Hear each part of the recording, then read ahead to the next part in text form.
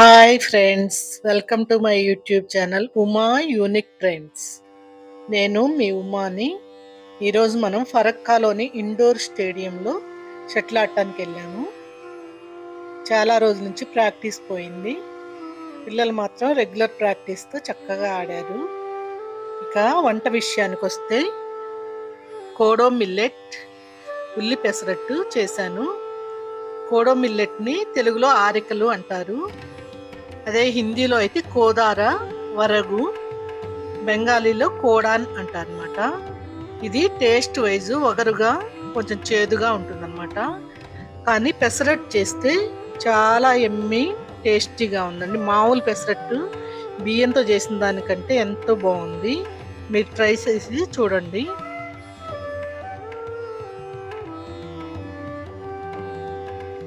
ఇది indoor stadium అన్నమాట. Next ఒక గిన్నె తీసుకొని దానిలో 1/2 కప్పు పెసలు తీసుకోవాలి. తర్వాత అందులో 1 స్పూన్ మెంతులు కూడా వేసుకోవాలి. వేసుకొని రెండింటిని శుభ్రంగా కడిగి నానబెట్టుకోవాలి.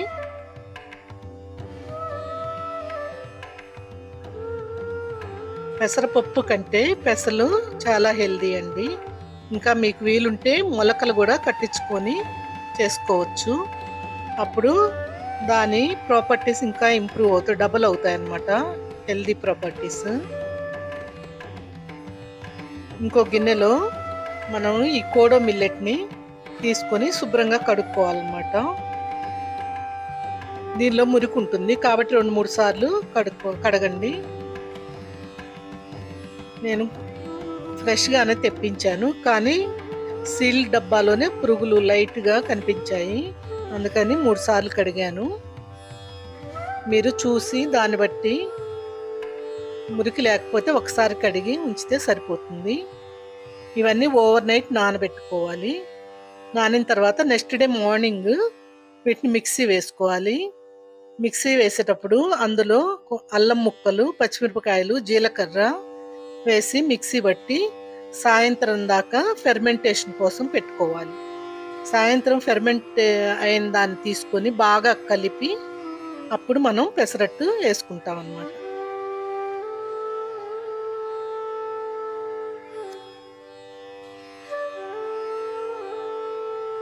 ఈ విధంగా ఫెర్మెంట్ అయిన దాన్ని వాడుకుంటే దాని బెనిఫిట్స్ ఇంకా ఇంప్రూవ్ అవుతాయి.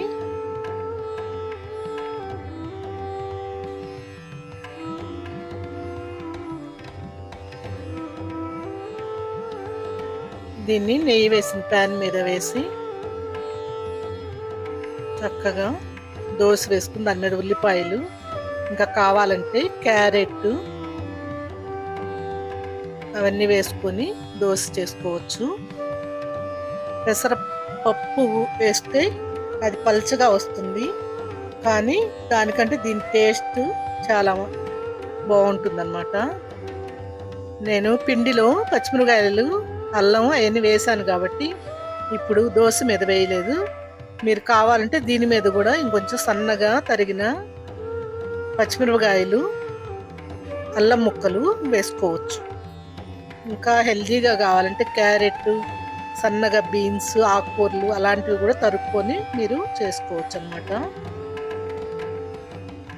ఇంకా దీని హెల్త్ బెనిఫిట్స్ ఏంటంటే దీనిలో ఫైబర్ కంటెంట్ చాలా ఎక్కువ ఉంటుందండి. దానివలన వెయిట్ మేనేజ్మెంట్కి ఉపయోగపడుతుంది. లో క్యాలరీ డెన్సిటీ ఉంటుంది అనమాట. అందువలన వెయిట్ మేనేజ్మెంట్ చాలా హెల్ప్ఫుల్గా ఉంటుంది.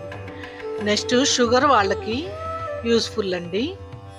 ఇది బ్లడ్ షుగర్ని కంట్రోల్లో ఉంచుతుంది అన్నమాట, కాబట్టి వాళ్ళు కూడా వాడుకోవచ్చు. ఇంకా రిచ్ ఆక్సిడెంట్స్ ఉన్నాయంట. ఐరన్, కాల్షియం, మెగ్నీషియం ఇవన్నీ ఫుల్లీ లోడెడ్ అండి. అది కాకుండా హార్ట్ హెల్త్ చాలా యూస్ఫుల్గా ఉంటుంది. ఇది వాల్స్ని స్ట్రెంథనింగ్ చేస్తుందంటండి. కొంతమంది వెయిట్ లాస్ కోసం కీటో డైట్ అవన్నీ చేసి వెయిట్ లాస్ అయిన తర్వాత మళ్ళీ వెయిట్ గెయిన్ అవుతారు. అలాంటి వాళ్ళు ఇలాంటి మిల్లెట్స్ని వాడుకొని వెయిట్ని బ్యాలెన్స్ చేసుకోవచ్చండి. మోడీ గారు కూడా దీని గురించి ఎక్కువ ప్రచారం చేయమని చెప్తున్నారు. మేబీ ఆయన కూడా ఈ డైట్ని వాడతారు, మిల్లెట్స్ని. అందుకే అంత హెల్తీగా మనకి సేవ చేయగలుగుతున్నారు. పిల్లలు కూడా చిన్నప్పటి నుంచి ఇలాంటి డైట్ని అలవాటు చేసుకుంటే ఎప్పుడూ ఆరోగ్యంగా ఆనందంగా ఉంటారన్నమాట. వీటితో మనం ఇంకా కిచిడి, కీర్ అలాంటివన్నీ చేసుకోవచ్చండి. ఈసారి నేను కీర్ చేసి చూపిస్తాను, పాయసం. దీంతో చాలా టేస్టీగా ఉంటుంది. ఉప్మా కూడా చేసుకోవచ్చు.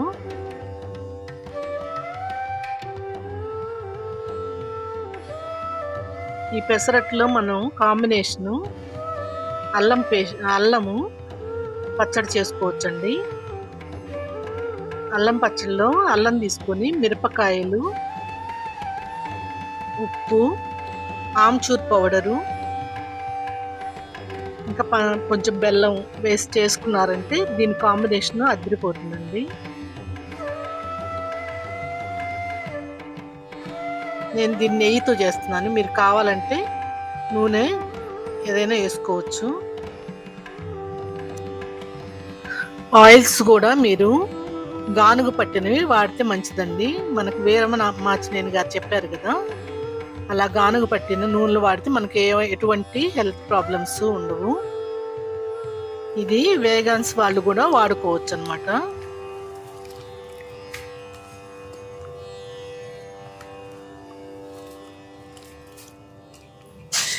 దీనికి కాంబినేషన్గా మీరు ఇంకా కొబ్బరి చట్నీ కూడా చేసుకోవచ్చండి. మీకు ఆల్రెడీ నేను కొబ్బరి చట్నీ ఇంకో వీడియోలో చేసి చూపించాను, కావాలంటే డిస్క్రిప్షన్లో పెడతాను.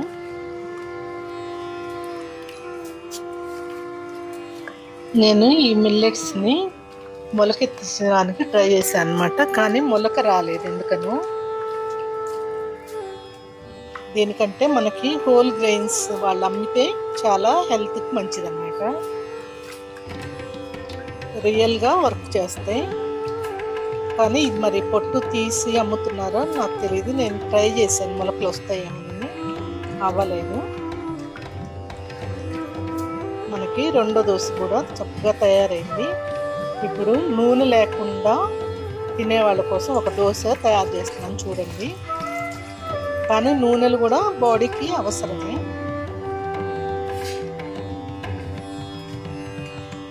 హెల్దీ నూనెలు వాడుకుంటే అది యూజ్ఫుల్గానే ఉంటుందన్నమాట.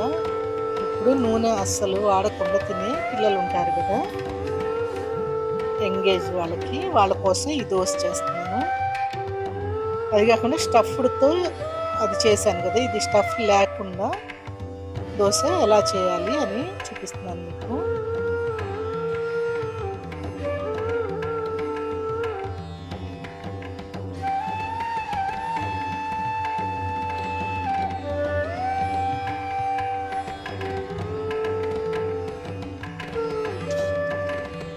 మా చెల్లి ఒక ఆమె నెఫ్రాలజిస్ట్ ఉందండి. తను ఎప్పుడూ చెప్తుంది హోల్ గ్రెయిన్స్ వాడుకోవాలి, పొట్టు ఉన్నవి వాడుకొని హెల్త్కి చాలా మంచిది అని. అప్పటి నుండి నేను ఇంకా అదే ఫాలో అవుతున్నాను అనమాట. అందుకే హోల్ పెసలు వాడాను. పెసరపప్పు వాడితే మంచి కలర్ వస్తుంది, ఎల్లో కలరు. కానీ నేను ఇవే వాడాను. కానీ టేస్ట్ ఎక్కడ ఇది కాంప్రమైజ్ అవ్వలేదు, చాలా బాగుంది. మీరు తప్పకుండా ట్రై చేయండి.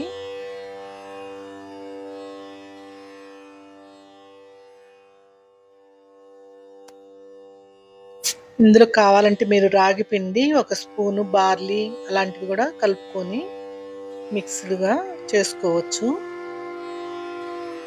మన పౌడర్స్ అన్ని డబ్బాలో రెడీ చేసి పెట్టుకుంటే అన్నిట్లో కలుపుకుంటూ ఉంటే వాటి బెనిఫిట్స్ కూడా మనకి వస్తాయి అన్నమాట.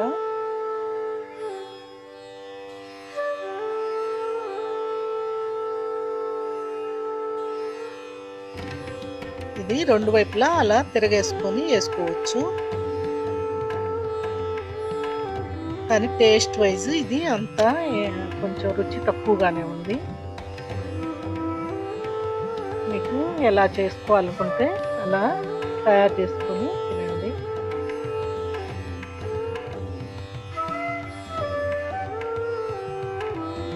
ఇది అల్లం చట్నీ అన్నమాట. నేను 6 మంత్స్ నుంచి చేసి పెట్టుంచాను. ఎప్పుడు కావాలంటే అప్పుడు వాడుతూ ఉంటాను అన్నమాట. వేడి నీళ్ళు తీసుకొని దానిలో ఈ పేస్ట్ తయారు చేసుకుంటే మనకి ఇన్స్టాంట్గా చట్నీ రెడీ అవుతుంది, అల్లం చట్నీ. కొబ్బరి చట్నీ కూడా చేశాను. అది ఇది సైడ్లో ఉంటే రెండిటితో తింటే దీని టేస్ట్ వేరుగా ఉంటుంది, చాలా ఎంజాయ్ చేయొచ్చు. కాలింది ఇంకా.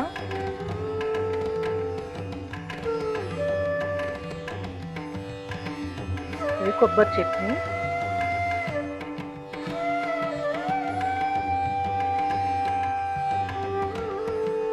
అది మైక్రోవేవ్లో వేడి నీళ్ళు పెట్టుకొని వచ్చాను. దానిలో ఇంకా చట్నీ వేసి కలిపేస్తాను అన్నమాట. రెడీ అయిపోతుంది ఇన్స్టెంట్ చట్నీ. అది మీరు ఇడ్లీల్లో, దోశల్లోకి ఇంకా దేనిలోకైనా వాడుకోవచ్చు. అలా ఒకసారి చేసి పెట్టారంటే 1 year దాకా వస్తుంది అల్లం చట్నీ.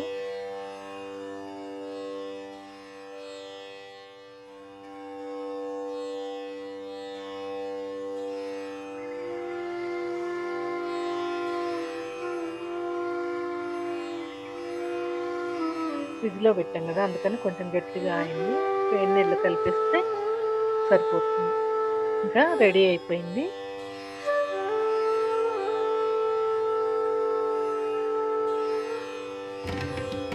చూసారా, కలర్ఫుల్గా పెసరట్టు, కోడో మిల్లెట్ పెసరట్టు, ఉల్లి పెసరట్టు అన్నమాట రెడీ అయిపోయింది.